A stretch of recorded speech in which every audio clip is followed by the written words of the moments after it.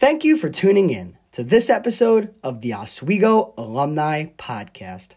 The views and opinions expressed in this episode are those of the guests and do not necessarily reflect the views of the Oswego Alumni Association, SUNY Oswego, or any of its officials. Welcome to the Oswego Alumni Podcast. I'm your host, Dee Perkins. Today, we're talking with Cameron Jones, class of 2007. Cameron is living the dream of every broadcasting major who has come through the doors at SUNY Oswego. His current position is Manager of Development and Integrated Content Strategy, Race and Culture at ABC News, and he's graced the stages of Good Morning America, but got his start right here in Syracuse at WSTM Channel 3. And of course, he counts among his friends our favorite weather person, Al Roker. Thanks for joining us, Cameron. Thank you. I'm happy to be here. It's so funny you said I graduated in 2007. I actually graduated in 2009, but there is dispute because officially I was done with my program in 2008, but I did stick on until spring 2009, so that I did an internship at WSTM, which at the time, which is much different than now, you figure 15 years back, 15 years forward, you had to get credit. It wasn't about being paid. So I needed to get college credit. So I had to be matriculated. So I stayed on for the semester. So a lot of times people do confuse my graduation date, but I'm always between either 2007 or 2009, but officially 2009. Well, let's just make you younger, right? 2007. Whatever makes it work. So, you really set me up for my first question, which is you have a great story about Syracuse newscaster and legend Jackie Robinson at WSTM. She gave you some great advice on how to get on the national stage one day when you were kind of feeling down. And can you tell us that story? I think it's a great way to kick off your story. Yeah, I mean, there's so many Jackie Robinson nuggets. She was, well, first and foremost, when I first stepped foot in the station, it was because of Laura Hand, another legend there in Syracuse. She was actually at a career fair in Oswego, and I went and I was like, hey, I'm looking for an internship. She was like, oh yes, like email me, let's figure this out. We had a really great conversation, and then she connected me with the producers, and then fast forward, I was there. So my first day, I'm sat at an open desk in the station, and I don't know where I'm at. I'm just thinking I'm at some desk where the interns sit. And then lo and behold, one by one, the lead anchors start to file in. So Matt Mulcahy, Jackie Robinson, Wayne that did weather. Wayne Mahar. Yeah, they just started rolling in, and I'm just like, wait, are they sitting right like out here with me, like with everyone? And I would immediately, I was like, I didn't know what to say, what to do. They were all welcoming. They said, hello, are you the intern? I was like, yes. And so immediately Jackie and I took a liking and went out for a story, came back.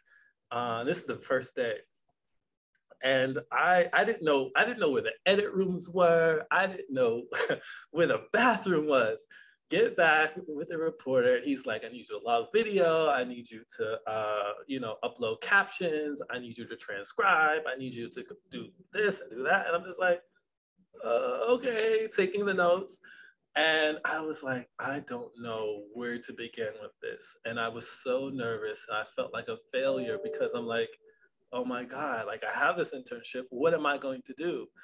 And I remember I was like, all right, Cameron, you run into the newsroom. There has to be somebody there that can help you. It has to be at least one person. So I run into the newsroom. The only person there was Jackie Robinson. And I'm just like, oh my God. Do I ask her? Like, oh, I don't know. There's no one else here. So I just went up to her and I said, hi, Jackie. It was such a pleasure to meet you earlier. Was on the story with Brandon. I need to upload these things. And I honestly, I don't know where to begin. And she was like, oh, no problem. She pulled out a cheat sheet, took me to a computer, pulled everything up and showed me like the ins and outs of it.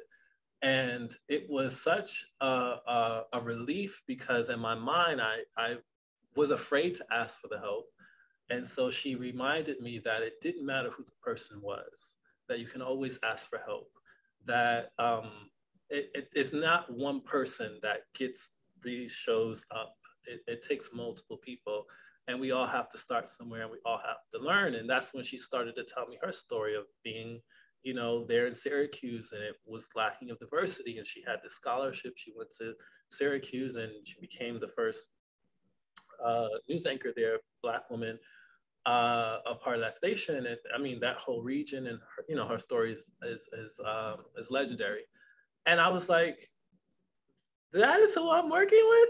And I was just mind blown. And so from that moment on, I approached everything differently. I wasn't like, I hit the ground running no matter where I went. So when I started at Good Day New York, which is the flagship Good Day New York brand, well, Good Day brand, because they have Good Day Washington, Good Day, you know, LA. And so I enjoyed being able to go there and not feel intimidated by anybody. When I started at Good Morning America, I went there not being intimidated by anybody, but that was only because Jackie empowered me. She gave me the awareness to be self-aware, to say, no, I belong here. I matter just as much as anyone else. And so that has stuck with me. I've never lost it. We met when you came, I believe it was the Calm Dinner, and there was an award where you won.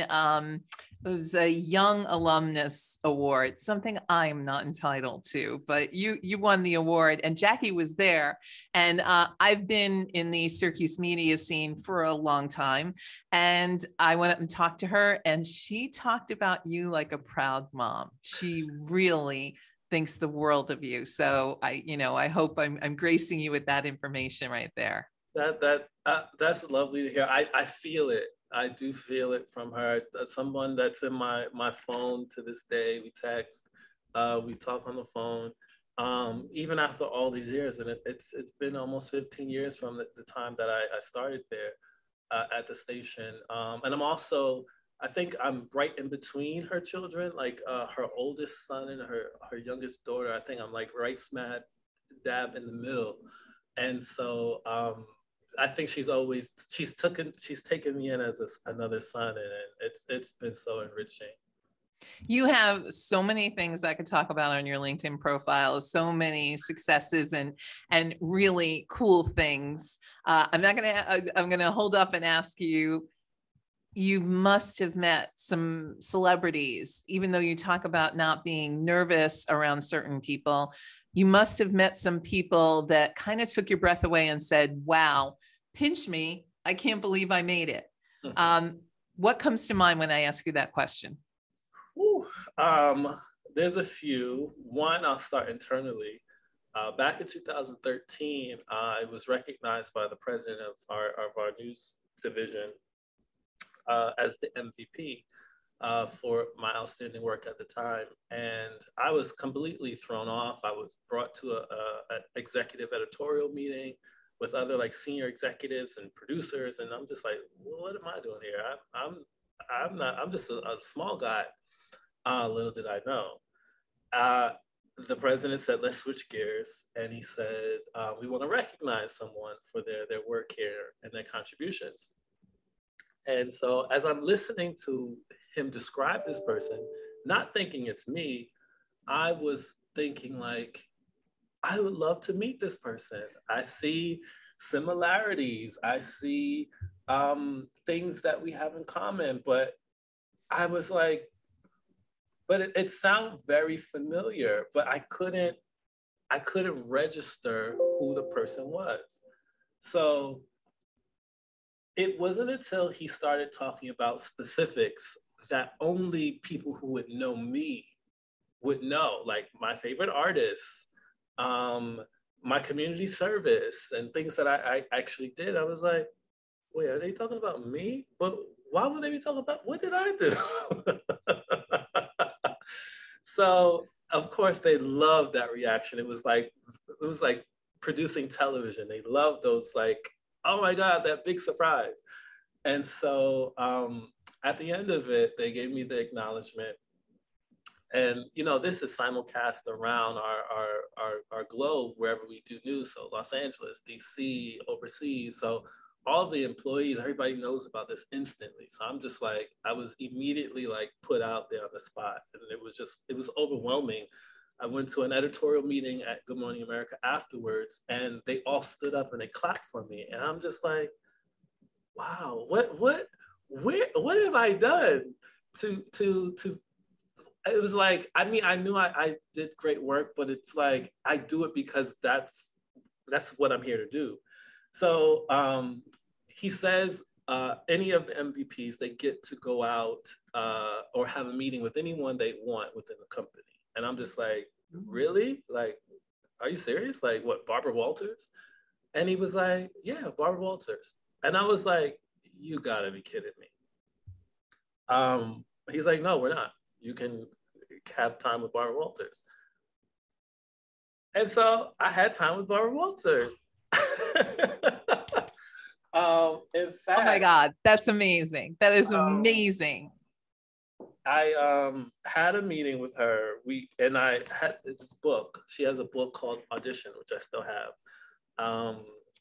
And I prepared. I prepared questions because I'm like, what if she was dry? What if she was short? What if she was in a rush? I had to prepare for all, like an interview. And I remember going to meet with her, and she had an office on the 12th floor or something like that in the building. And I remember when her assistant knocked on the door and opened it for me, it was like she had a glass table, and it was in an L shape, and she was facing the window. And when it said, Cameron Jones is here, I remember she spun around her chair with delight. It was almost like cinematic, like a movie. Like she was like, I imagine this in my mind. She worked her entire career interviewing presidents and dignitaries and notables and celebrities just to sit in her office to wait for me to come there to talk to her. That's what it felt like, because she spun around in slow motion. And well, at least it felt in slow motion to me. She spun around and she was like, welcome, come in, have a seat.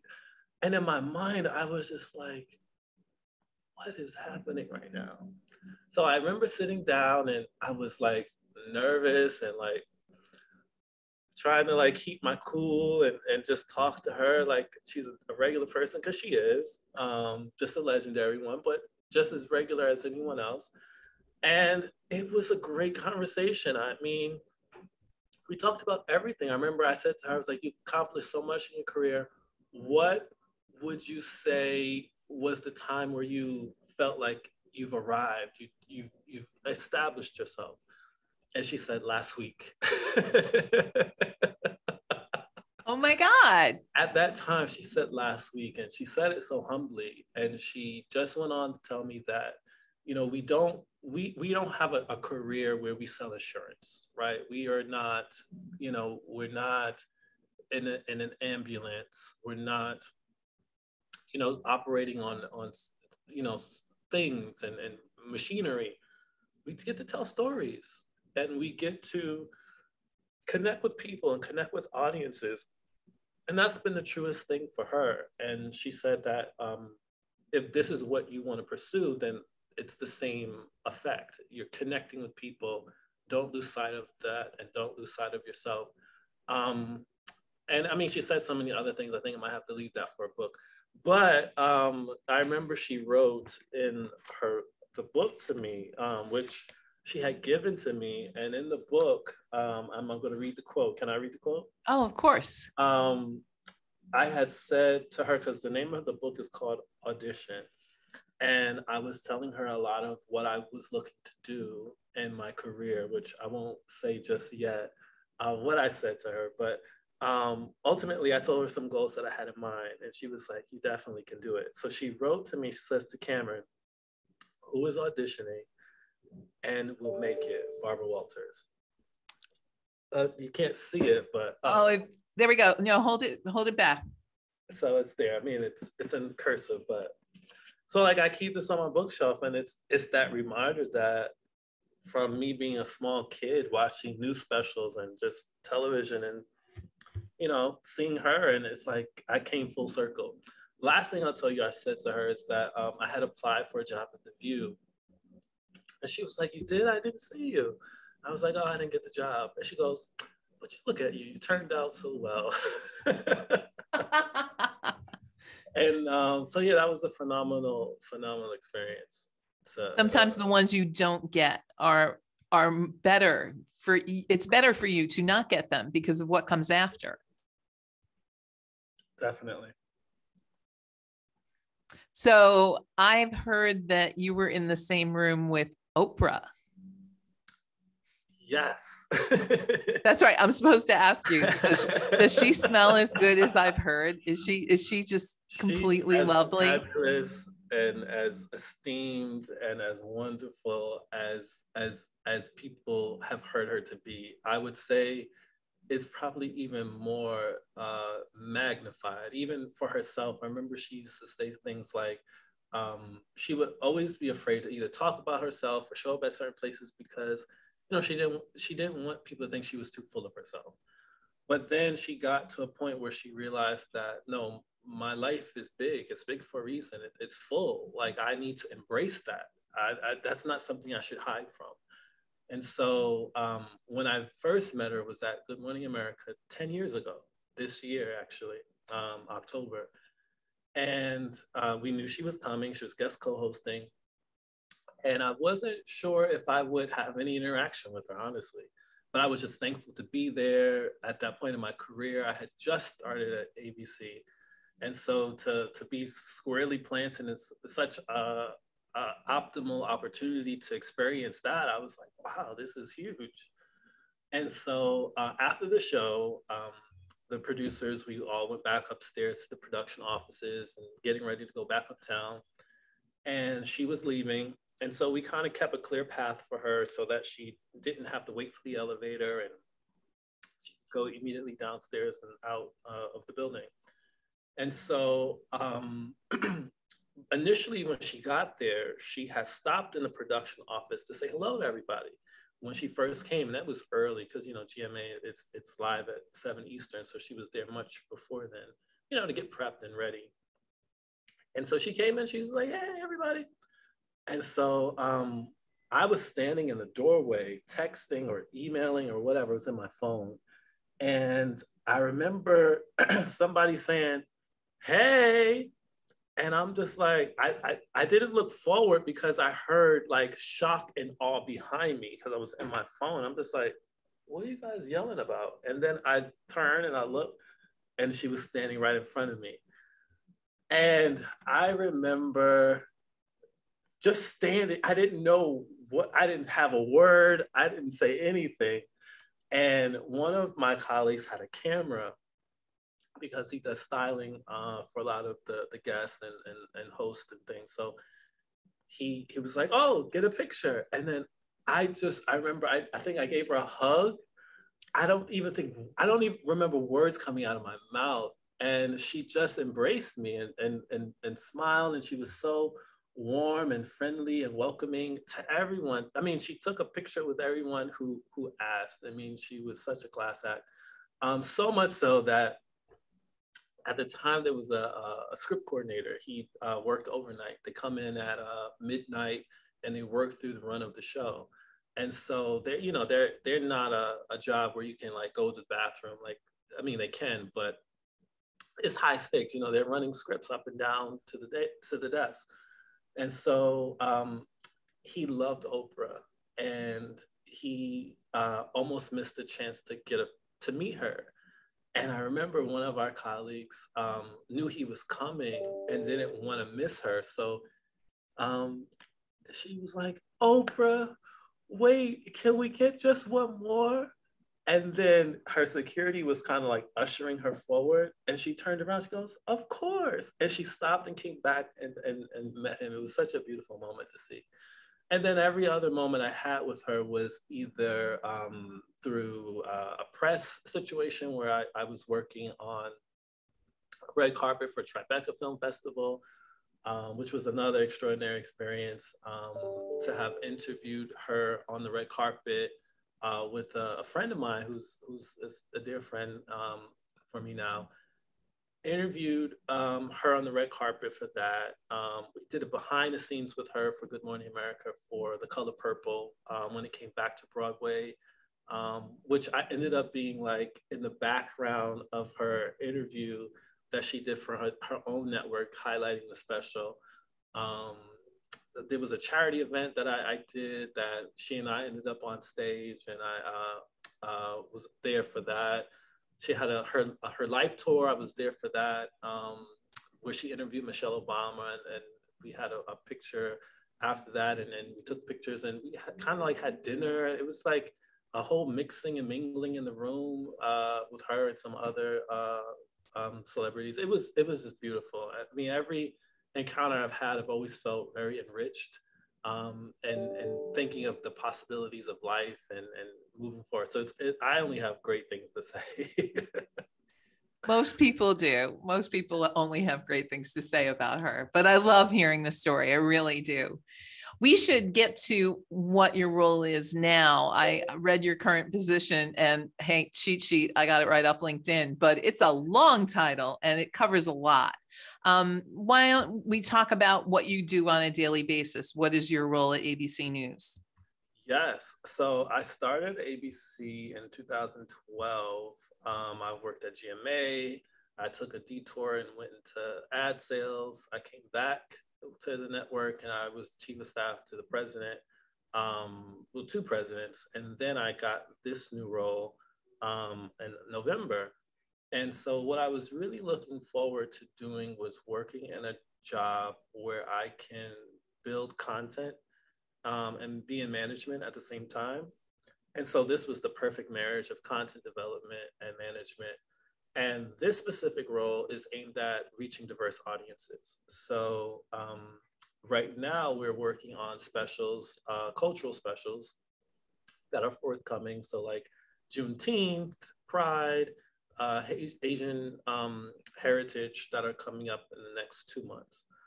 Outside of the cultural specials, I get to work with third-party productions to come up with other ways to tell unique stories that live outside of the tropes and the rhetoric that we often hear. So when you think of critical race theory, for example, we report on it in our daily, briefings and things you see on the cycles of the shows from GMA to World News and Nightline. But in my world of integrated content strategy, I have coveted space to tell these stories with nuance, with context, with bandwidth that's able to really drill down to get into the heart of the stories and why it's even happening.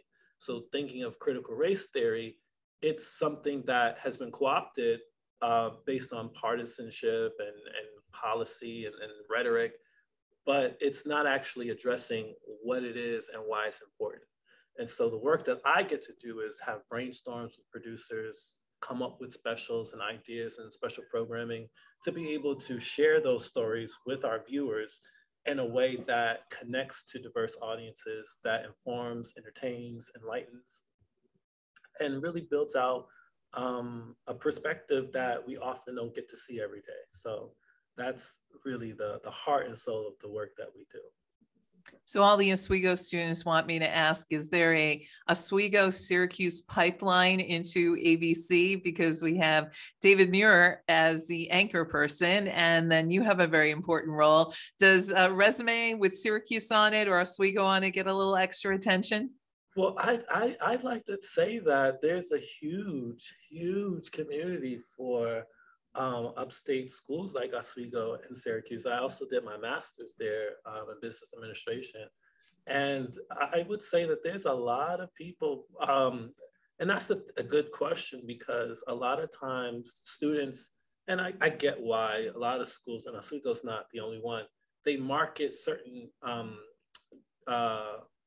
won't say professions, but career paths, I guess is the right way to say it, that are most attractive to get people to explore what's in that field. So Roker has been a very big beacon for myself, our Oswego students, past and present.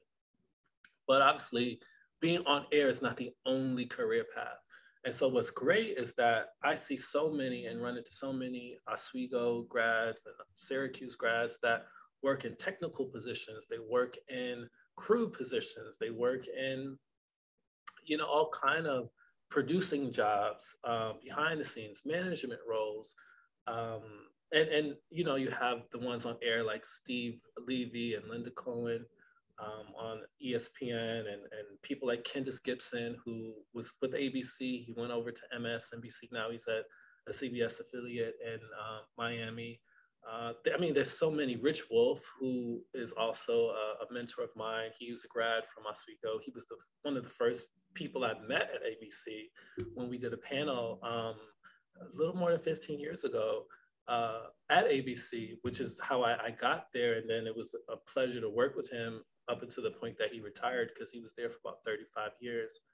And so, and he didn't work in a show. He worked in broadcast operations and engineering. So he worked in the telecommunication space with satellites and all of the technical things that happen between the show getting into the airwaves and into your television screens or your mobile devices. He worked in that space.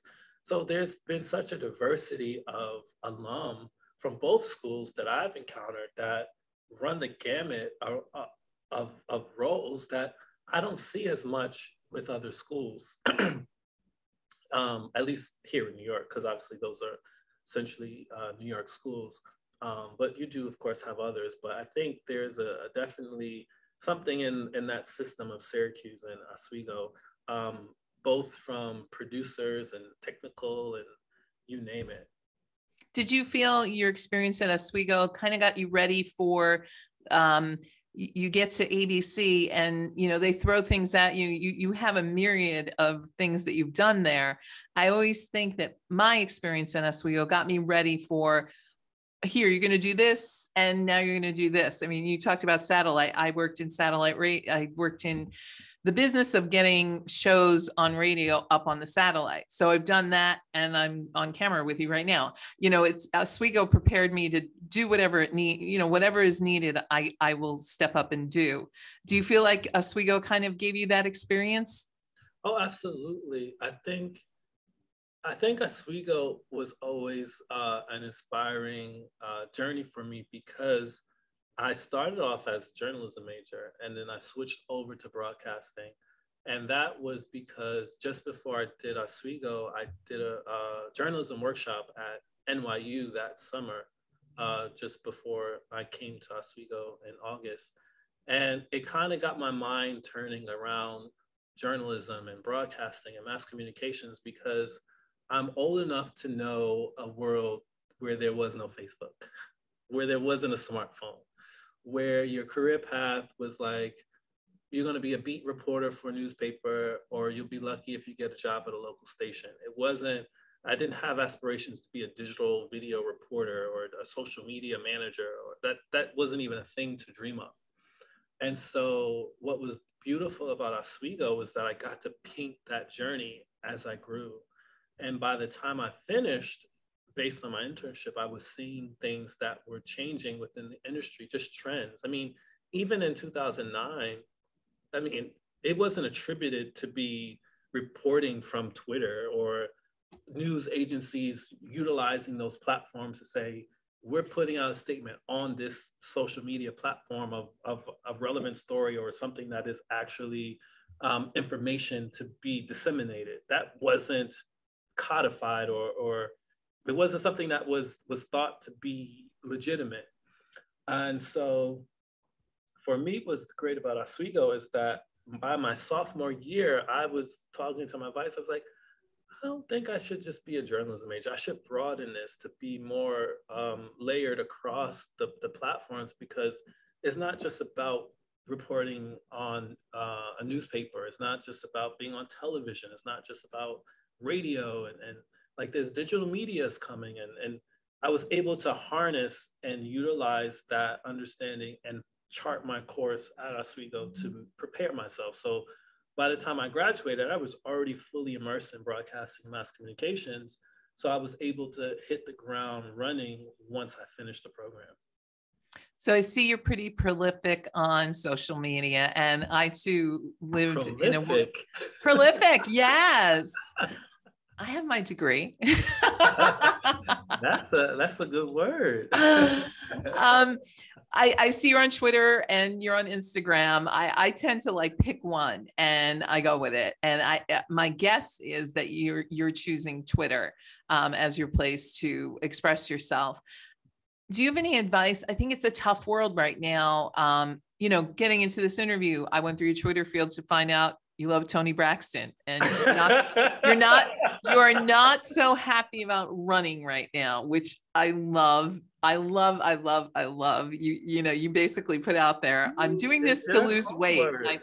Right? I mean, love hate with running, right? I do.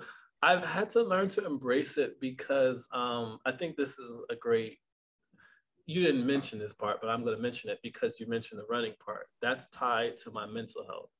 And what I realized during the pandemic is that, which was always there, like all of the things we worry about, the things that we're concerned with, things that we struggle with, they're always there. And instances like the pandemic only make them rise up and feel it all at once, you know? Magnify, absolutely magnify it.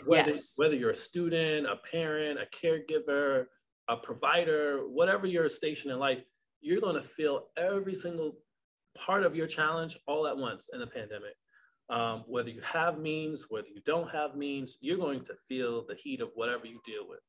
And so I found myself constantly either overthinking things or concerned or worried. And I'm just like, get your mind off of this. So I started riding my bike because I didn't even have a bike at that point. I hadn't rode a bike in years. And I was like, get a bike, go for a ride.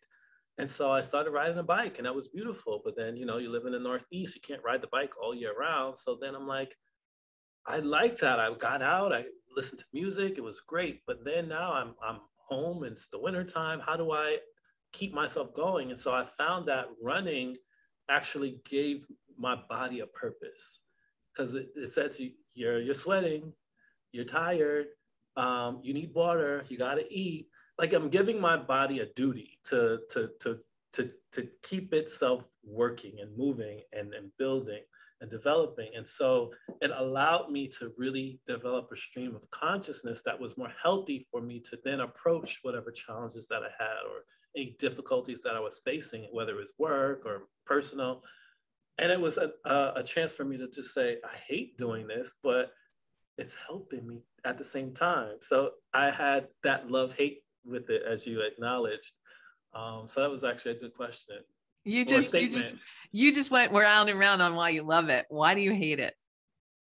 But one, okay, I don't like community. I don't want to be seen sweating. I don't want to be outside running. That's the last thing I want to do.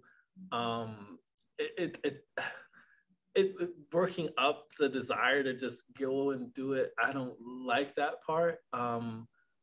It's just not my thing. My friends are like, oh, come join my running group. I was like, that's the last thing I want to do is run with people, because when I'm in the zone, I don't want distractions, and I feel like being a part of a group is like, oh, tell me about this or what. I really just came here for the run. It's almost like I think of it like going to the bank. I'm not going to the bank to make friends. I just want my transaction and I want to get out of here. Of course, I'm always going to be Cameron and welcoming and cordial and sweet, but sometimes I just want to be to the point and go. With the running, I really don't want to do it. And then now to have a community, and then, you know, it's like, I guess for those who don't want big birthday parties, to like surprise them with a cake and all that, just overwhelmed.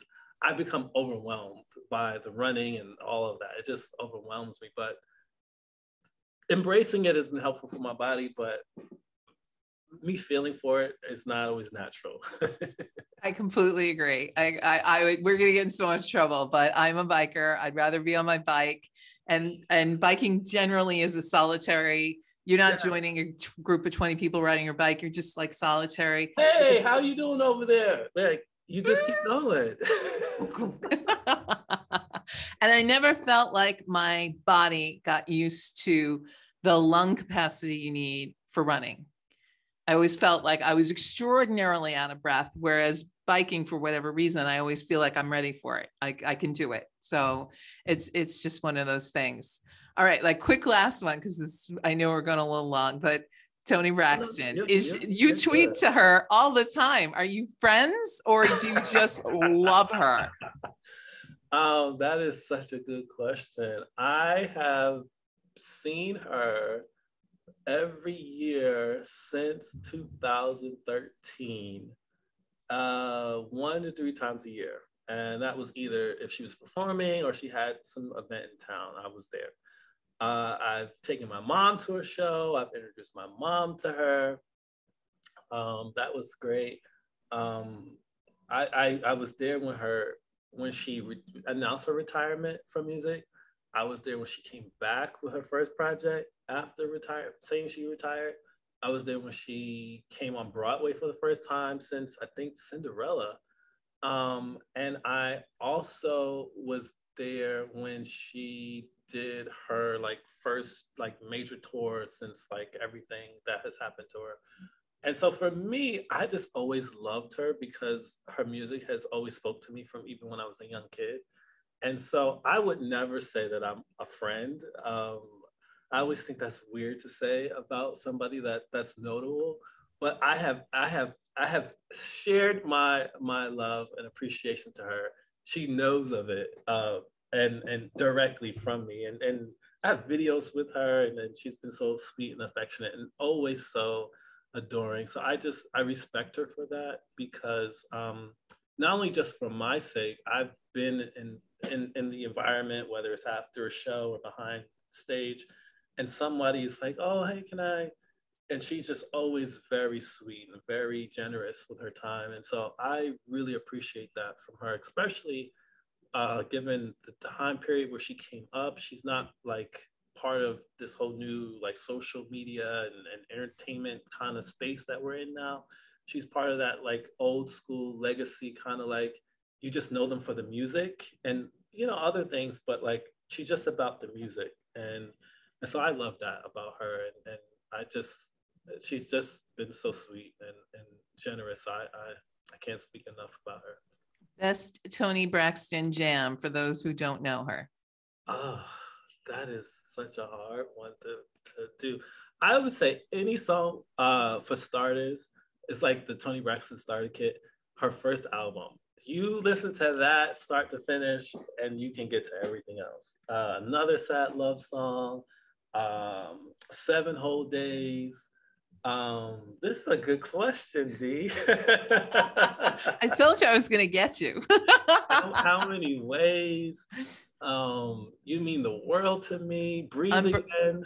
Unbreak My Heart? Unbreak My Heart. Honestly, somebody said to me, that song is so sad. How do you listen to it? I was like, well, see, that's the thing about music. It captures you not with always what's said in the lyrics, but what is behind it. So I hear her voice and I often go right to when it happened. She was in a studio and she was singing this song and I'm hearing her voice. So this is her expression of her instrument.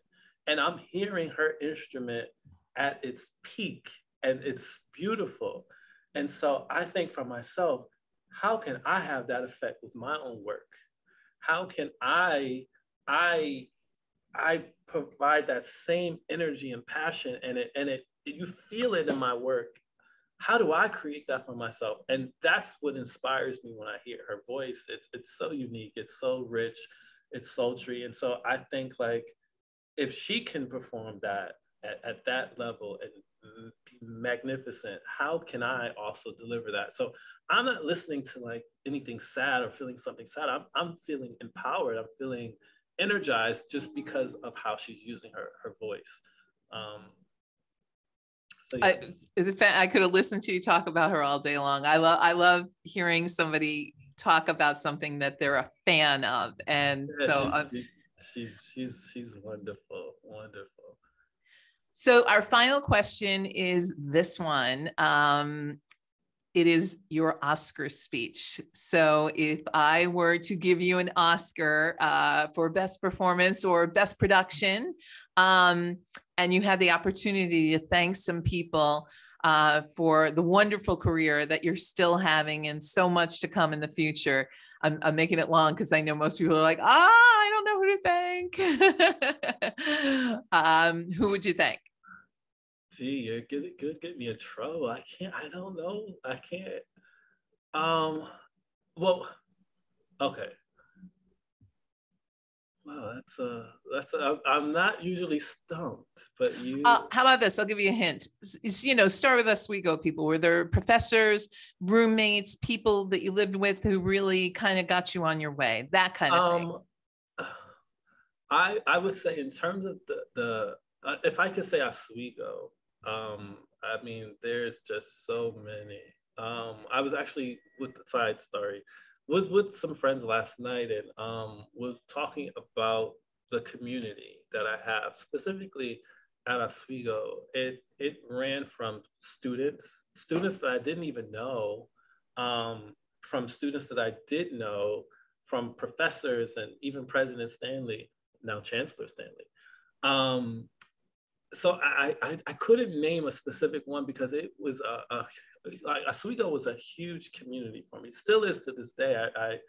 I can't tell you how many times I come across students. I was at a restaurant in New York, Dee, and I came forward and told the hostess my name. And she said, Cameron Jones, did you go to Oswego? And I'm just like, wait, I didn't even know who the girl was at the time. She had a mask on, but then she told me, oh, I remembered you. You came for the media summit. And then I was like, oh, I remember that now. And so it would be too many to list in that case. But what I will say is that there were some really important people who invested time with me. So that would be a person like Deborah Stanley. When I ran for SA president, I didn't win. There was a whole situation with that as to what happened on campus.